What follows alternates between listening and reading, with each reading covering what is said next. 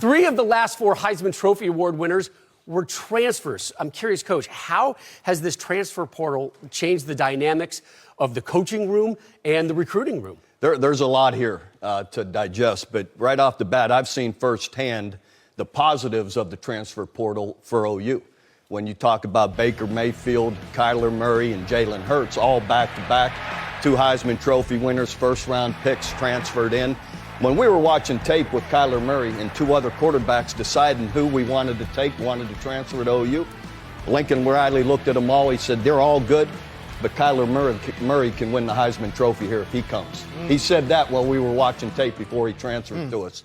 So there can be positives. The other part of the positives is if, say, you've got 2-3 positions where you haven't recruited well or you just graduated a senior, you're missing a couple pieces. For some of the elite programs, you could plug them in with the guy with the experience that's played a lot of football to come with us and win a championship. Now, the downside is you're constantly recruiting your football team every single year. Yeah. And other schools are recruiting your football team every single year. If you think it's not happening, you have your head in the sand. And they're doing it with NIL. They're doing it with offering money, offering cars, so it's flat out free agency. Yep. And I think it gives power back to the players, Coach. I think that's can only be a good thing for the players when you look at the opportunities that you just named, and all of those guys, Baker Mayfield. What about Joe Burrow, right? If Joe Burrow is not able to go through that transfer portal, maybe LSU doesn't win that national championship. We never hear about them. But I love the fact that now players have this opportunity to kind of take ownership, right, back in their brand and give themselves an opportunity to go and play at the next level, because at the end of the day, that's what it's all about. There's been tremendous stories on both sides of the fence. You mentioned Joe Burrow, maybe the greatest season we've ever seen from a quarterback in college football history. Circumstances led him to LSU, took advantage of it, and he's balling in the NFL. You could look at Mac Jones. Mac Jones could have left with Jalen Hurts. Mac Jones could have left. He starts 1 year. He's a first-round draft pick. Now he's starting for the Patriots. He's having a great rookie year. So it goes on both sides of the fences. I was actually thinking about my time at USC, and I actually contemplated transferring when Carson Palmer came back for his senior year. Now, I was only a redshirt freshman. It was my second year.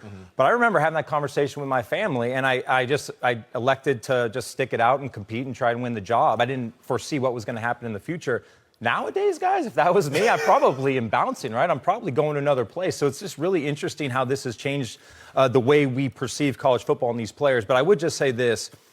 The concern I have and will continue to have is the grass is not always greener. A lot of kids, for whatever reason, it's not working out here. They have people in there telling them what they want to hear.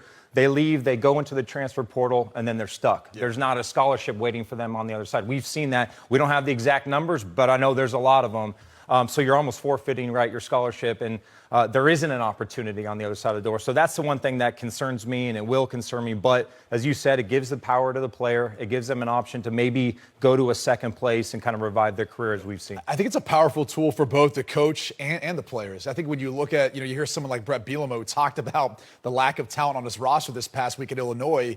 He's saying that because he's looking at a team like Michigan State, what Mel Tucker did with a new freshman recruiting class, 20 transfers that he's put on that roster, Kenneth Walker being one of them, and look at their success right now. So I think from a coaching standpoint, if things aren't working out or you don't like the situation you just inherited, you could turn that thing over relatively quick. And that's the powerful tool from the coaching standpoint. For the player, if you're unhappy about your playing time, you put some things out there, next thing you know, you're ending up somewhere else. I mean, Tanner Mordecai, now at SMU, a ranked team, he's balling out, he's playing well. He got that opportunity somewhere else. So I think it presents a great opportunity for players to be able to find an opportunity somewhere else. And it creates parity, too. Yeah. You look at some of these other programs now, you just call up any Oklahoma quarterback that's sitting on the bench. At this point, that's the hard part. I mean, you're basically taking some of the better quarterbacks, and if they're not playing with wherever they go first, they find an opportunity somewhere else for that shot to get some tape out there and go to the next level. That is a powerful tool, but as you said, Matt, you got to be careful. Sometimes it doesn't always work out. There's those cautionary tales, too.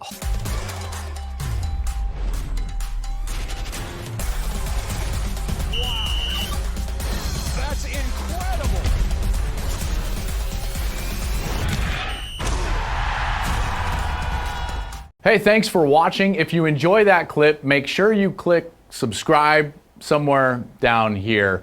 From game highlights to exclusive interviews and rankings, we've got everything you need as a college football fan right here, College Football on Fox.